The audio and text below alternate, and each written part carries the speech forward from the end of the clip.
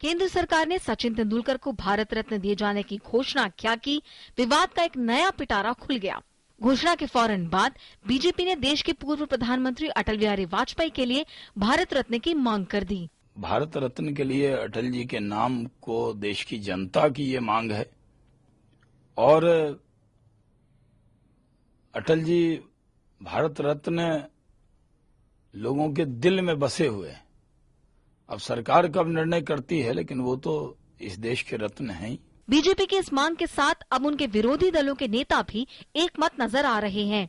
खास तौर पर यूपीए सरकार के कई मंत्री भी इस मांग के समर्थन में सामने आए हैं। Definitely, Prime Minister Vajpayee has been a great statesman, and if it is in the wisdom of the country that he should be given a honor, it can certainly be considered. Everyone has a lot of respect for Vajpayee ji, done a great deal for the country, but I think the sort of urgency and the spirit in which Tendulkar got it is very different.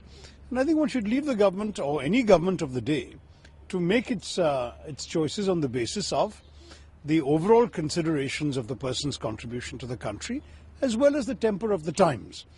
मैं अपनी तरफ से भी विनती करूंगा कि ऐसे बड़े आदमी को जो है, मैं समझता हूं भारत रत्न से भी बड़ा है वो, मगर अगर देना है तो इज्जत से दे दीजिए और आप दे दीजिए। यूपीए के लोग तो बीजेपी की इस मांग के समर्थन में हैं ही।